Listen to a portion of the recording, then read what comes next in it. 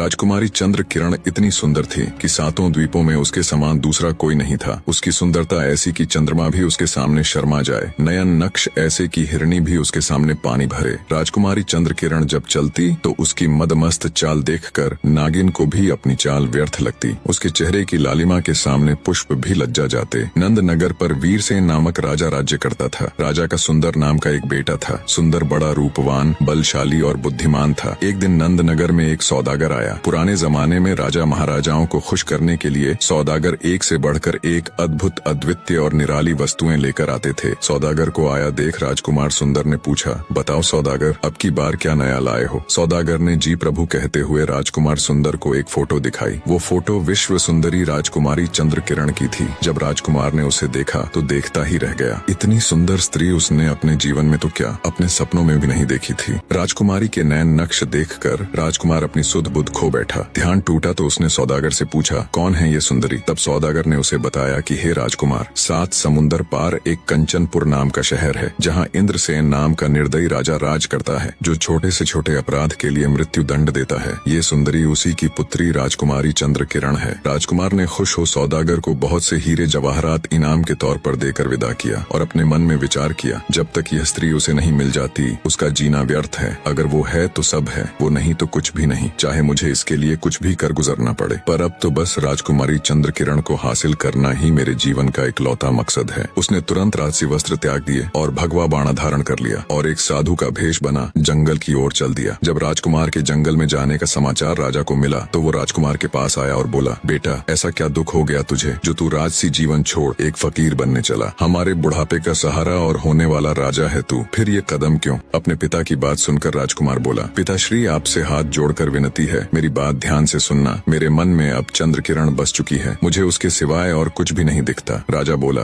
बेटा, तुम समझदार हो, क्यों नादान जैसी बात कर रहे हो? आज तक चंद्र किरण के द्वार पर जो भी गया वो वापस लौट कर नहीं आया। उसके चक्कर में पता नहीं कितने ही अपनी जान से हाथ धो बैठे। पिता की बात को सुनकर राजकुमार बोला, पिताजी, अब मुझे रोकने की कोशिश मत करिए, अब मैं रुकने वाला नहीं। अगर मेरे शरीर में प्राण है, मैं जीवित हूँ, तो मैं जरूर जाऊंगा। इतना कह राजकुमार सुंदर वहाँ से चलने को हुआ तो उसकी माता जी वहाँ आ गई और बोली, मेरे लाडले, तेरे बिना मैं तड़प तड़प कर मर जाऊंगी। ऐसा मत करो, क्यों अपना राजपाट छोड़ तुम मृत्यु को गले लगाने जा रहे हो? पर राजकुमार पर उसकी माँ की बातों का भी कोई असर नहीं हुआ। बोला, नहीं माताजी, मुझे मत रोकिए, अगर मैं नहीं गया तो यही अपने प्राण त्याग दूंगा, और चल पड़ा। राजकुमारी चंद्र किरण को देखने की व्याकुलता में अभी राजकुमार ने कुछ कदम ही आगे बढ़ाए थे कि तभी उसकी सुंदर रूपवती कामिनी पत्नी भी वहाँ आ पहुँची। रानी ने दोहा कहा, पास तेरे कामिनी खड़ी, कर 16 श्रृंगार, छोड़ चले मझधार में, कहाँ मुझे भरतार। अर्थात इतनी सुंदर पत्नी होते हुए भी मुझे ऐसे छोड़कर क्यों जा रहे हो? राजकुमार सुंदर ने भी दोहे के रूप में कहा, रानी, मन धीरज धरो, मति दिल करो उदास, चंद रोज के बीच में लौट आऊं तेरे पास, अर्थात उदास मत हो रानी, थोड़े दिन में वापस तेरे पास आ जाऊंगा। इतना कह राजकुमार सुंदर वहाँ से चल पड़ा। सुंदर की बात सुनकर रानी गश खाकर जमीन पर गिर पड़ी, परंतु सुंदर बिल्कुल प्रभावित न हुआ। वह सबसे प्रेम नाथे तोड़कर वन की ओर रवाना हुआ। उसे तो अब बस राजकुमारी चंद्र किरण की लगन लगी हुई थी। काफी दिन यात्रा करने के पश्चात राजकुमार सुंदर कंचनपुर जा पहुंचा और राजकुमारी के महल के सामने आसन जमा कर बैठ गया। संयोगवश एक दिन राजकुमारी जब महल की खिड़की में खड़ी थी तो उसकी दृष्टि उस जोगी बने सुंदर पर पड़ी। राजकुमार सुंदर तो बावला हुआ, पता नहीं कितने दिन से इसी पल के इंतजार में वहीं टकटकी लगाए देख रहा था। राजकुमारी चंद्र किरण ने जैसे ही राजकुमार सुंदर को देखा, वो भी उस हट्टे कट्टे शरीर वाले सुंदर नौजवान की आशिक हो गई और कहने लगी, हे योगी, तुम कौन हो और ऐसा क्या कारण रहा कि तुमने भरी जवानी में अपने देश और गृहस्थ जीवन को छोड़कर ये भगवा। दोस्तों, अगर आपको ये वीडियो अभी तक पसंद आ रही है और इन्फॉर्मेटिव लग रही है तो प्लीज मज़ेदार कहानी को सब्सक्राइब जरूर कर देना। आपका एक सब्सक्राइब मुझे और भी अच्छा कंटेंट बनाने के लिए मोटिवेट करता है। बाणा पहना और जोगी बन गए। राजकुमार सुंदर ने राजकुमारी का प्रत्युत्तर देते हुए कहा, हे विश्व सुंदरी, नजर कर तू मेरी तरफ है प्यारी, मोहब्बत तेरी मेरे दिल में है भारी, तेरा हुस्न मशहूर है हर जहां, तुझे जाने आलम सभी चाह रहा, ये है पूरब से आया अब खाकसार, मेरा नाम आशिक है ए गुल अनार, तेरा हुस्न यहाँ खींच लाया मुझे, जब से तेरा नाम और फोटो दिखा मुझे। आगे राजकुमार सुंदर कहता है, ए हुस्न की मल्लिका, जब से तेरा नाम मैंने सुना है, तब से मेरा चैन और सुकून सब छिन गया है। अगर तू मुझे नहीं मिली तो मेरा जीना बेकार है। चंद्रकिरण राजकुमार की बात सुन बोली, योगी तेरा रूप देखकर तो मेरा दिल भी हिलोरे मार तेरे लिए धड़क रहा है, पर मुझे अफसोस इस बात का है कि औरों की तरह कहीं तुझे भी अपने प्राणों से हाथ न धोना पड़े। राजकुमारी चंद्रकिरण की बात सुन राजकुमार सुंदर ने दोहा कहा, होना होगा सो होवेगा, इसमें नहीं अंदेश। प्रिय, तेरे कारण तजा मैंने राज और देश, अर्थात अब जो होगा देखा जाएगा। तुम्हारे लिए तो मैं अपना राज्यपाट और देश तक छोड़ आया हूँ। राजकुमार सुंदर की बात सुनकर चंद्रकिरण बोली, ऐ जोगी, मेरे प्रेम में तेरे प्राणों का भी खतरा है, क्योंकि जो भी मुझसे प्रेम करता है मेरे पिता उसको मरवा देते हैं या फिर उसे सदा के लिए कैद कर लेते हैं। अब भी उनकी कैद में बहुत से व्यक्ति पड़े सड़ रहे हैं, इसलिए उचित यही है कि तू अपने देश वापस चला जा। मेरे प्रेम के चक्कर में फंसकर अपने प्राण मत गवा। ये सुनकर श्याम सुंदर ने उत्तर दिया, तेरा इश्क मुझको लाया यहाँ, भला अब कहो तुम मैं जाऊँ कहाँ? ये डर अपने दिल में लाता नहीं, बिना लिए तुझको मैं जाता नहीं। दोहा कह श्याम सुंदर बोला, ए राजकुमारी, मेरी परेशानी को थोड़ा ध्यान से देखो। तुम्हारे प्यार की खातिर मैं मुश्किलों से लड़ते हुए बर्बाद हालत में तुम्हारे पास पहुँचा हूँ। यह सुन चंद्रकिरण ने खिड़की से एक रस्सी डाली, जिस पर चढ़कर खुश होता हुआ राजकुमार सुंदर राजकुमारी के महल में प्रवेश कर गया। उसे अपनी किस्मत पर नाज हो रहा था। राजकुमार के ऊपर आते ही चंद्रकिरण उसके गले में बाहें डालकर कहने लगी, ए हसीन नौजवान, तुझसे पहले भी पता नहीं कितने ही मेरे आशिक आए और मेरे पिता के दंड की भेंट चढ़ गए, कितने ही मौत के घाट उतार दिए गए, कितने ही जेलों में बंद पड़े हैं, पर पता नहीं क्यों न कभी किसी के लिए मेरे अंदर के जज्बात जागे और न ही उनकी सजा पर मेरा हृदय पसीजा। पर तुम्हारी बात कुछ और है, तुम उन सब से अलग हो। तुम पहली नजर में ही मुझे भा गए। राजकुमारी चंद्रकिरण के मुख से अपने लिए इतनी प्रशंसा सुनकर राजकुमार सुंदर भी गदगद हो गया। उसे अपनी किस्मत पर यकीन नहीं हो रहा था कि राजकुमारी चंद्रकिरण उसे इतनी आसानी से मिल जाएगी। दोनों का इश्क परवान चढ़ने लगा। अब तो राजकुमार सुंदर ऐसे ही हर रात को राजकुमारी चंद्रकिरण के पास आता और सुबह होने के करीब होती तो रस्सी के सहारे उतरकर चुपचाप दबे पांव महल से चला जाता। कुछ दिन तो सब ठीक ठाक चलता रहा। दोनों रात में मिलते और प्रेम लाप करते। इस तरह दोनों को ऐशो आराम करते करते बहुत दिन बीत गए। पर फिर एक दिन रात के अंतिम पहर में जब राजकुमार सुंदर वापस जाने लगा तो कोतवाल ने उसे देख लिया और कहा, कौन है तू जो आधी रात को राजकुमारी के महल से आ रहा है? क्या चुराया है तूने?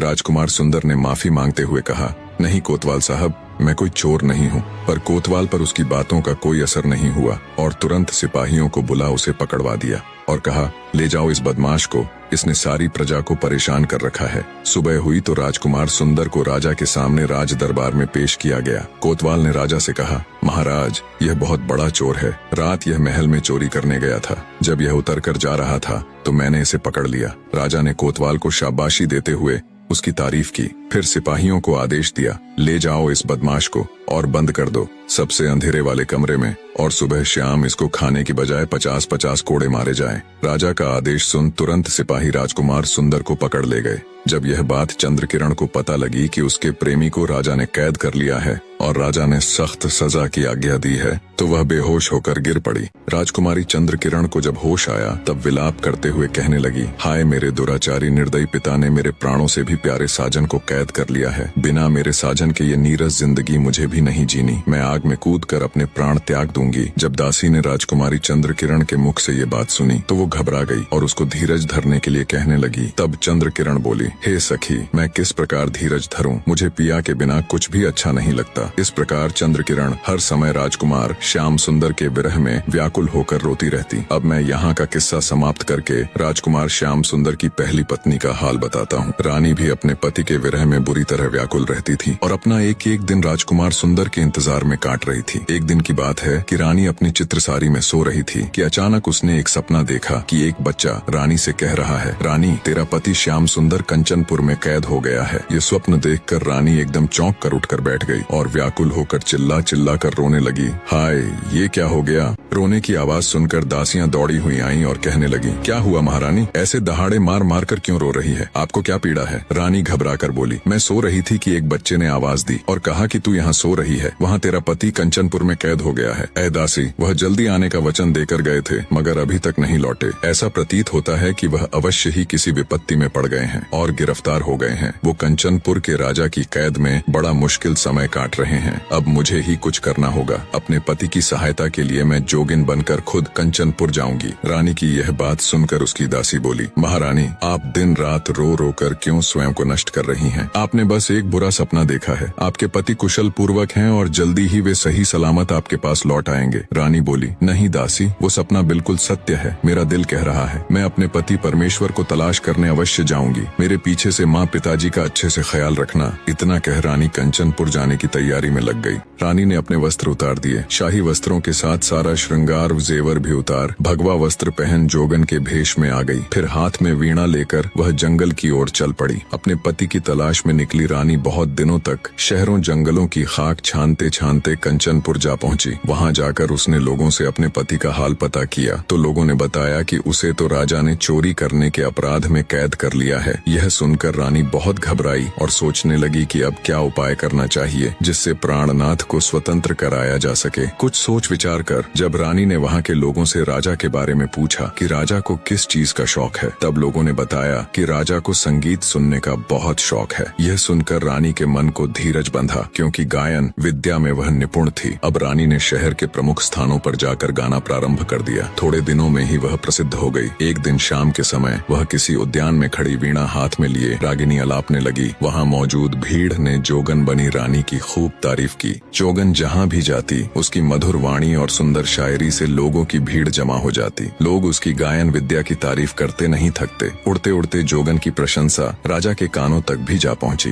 राजा ने उसी समय चौबदार को आज्ञा दी कि नगर के उद्यान में जो जोगन ठहरी हुई है उसे सम्मान पूर्वक हमारी सभा में ले आओ। चौबदार तुरंत जोगन बनी रानी के पास जा पहुंचा और हाथ जोड़कर कहा, ए जोगिन, राजा जी ने आपको याद किया है, कृपया मेरे साथ राज दरबार चलिए। रानी बोली, ए चौबदार, हमें राजा के दरबार से क्या काम? हम तो मन के मौजी हैं। जहाँ इच्छा होती है वहीं जमावड़ा डाल लेते हैं। जिस स्थान पर हम आसन जमा कर बैठ जाते हैं हमें तो वही स्थान राज दरबार प्रतीत होता है। जोगिन की बात सुनकर चौबदार बोला, जोगिन जी, आपको तो ऐसा ज्ञान प्राप्त है कि लाखों राजा महाराजा आपकी सेवा में खड़े रहें, लेकिन फिर भी यह आपका धर्म है कि जो व्यक्ति आपसे हरिगुण सुनना चाहे उसे सुना दो। रानी तो चाहती ही ये थी, यही तो शुरू से उसकी योजना थी। सो जोगिन चलने को तैयार हो गई। जब रानी चौबदार के साथ राजा के महल में गई तो उसे देखकर सब लोग सम्मानार्थ खड़े हो गए। उसके दरबार में आते ही सन्नाटा छा गया। नौकरों ने उसे मृगछाला सान दिया। तब राजा ने हाथ जोड़कर कहा, ए जोगिनी, तुम कौन हो और कहाँ से आई हो? तब जोगिनी बोली, हम पर्वतों और रत्नों की भूमि में रहकर दिन रात ओम का नाम जपकर सादगी से भरा जीवन जीते हैं, उसी में हमें खुशी मिलती है। राजा बोला, ठीक है जोगिनी, तो अपने मुख से हरि का कुछ गुणगान कीजिए, यही हम सबकी अभिलाषा है। तब जोगिन ने यह राग गाया, यह जोग अति हमें भाया है, छोड़ दिया माल खजाना हीरा मोती लुटाया है, फेंक फांक के शाल दुशाले जग से चित्त उठाया है, इश्क फंद में छोड़ कानन कुल माशूक बनाया है,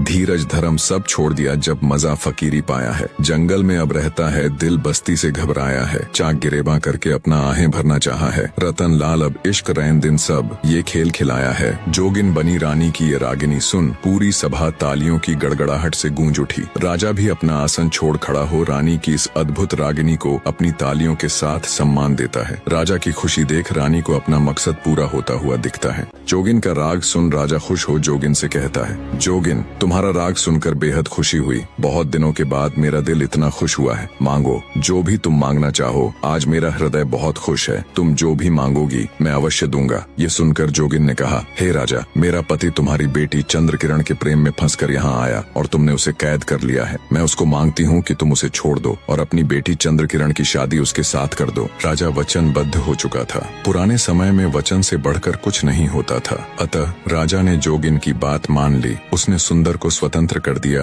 और अपनी बेटी चंद्रकिरण की शादी उसके साथ कर दी। राजकुमारी चंद्रकिरण की खुशी का कोई ठिकाना नहीं था। राजकुमार श्याम सुंदर अपनी पहली पत्नी के पैरों में गिरकर उससे माफी मांगता है और कहता है, हे रानी, मुझे नहीं पता था तुम मुझसे इस कदर प्रेम करती हो कि सब कुछ छोड़ छाड़ कर 7 समुंदर पार इतनी मुसीबतें झेलते हुए मुझे आजाद कराने आओगी। जब तक मेरे शरीर में सांसें हैं मैं तेरा ऋणी रहूंगा। बड़े हृदय वाली रानी राजकुमार सुंदर को माफ कर देती है और राजकुमारी चंद्रकिरण को अपनी छोटी बहन के रूप में स्वीकार कर लेती है। तीनों राजा से विदा ले अपने राज्य लौट आते हैं और एक खुशहाल जीवन जीते हैं। निष्कर्ष, प्रेम, विश्वास, त्याग और क्षमा, ये 4 स्तंभ इस कहानी की आत्मा है। यह कथा हमें यह समझने में मदद करती है कि सच्चा प्रेम वह है जो न केवल प्राप्त करता है बल्कि त्यागता भी है, जो केवल मांगता नहीं बल्कि देता भी है। सच्चा प्रेम और विश्वास हर कठिनाई को पार कर अंत में विजय का ताज पहन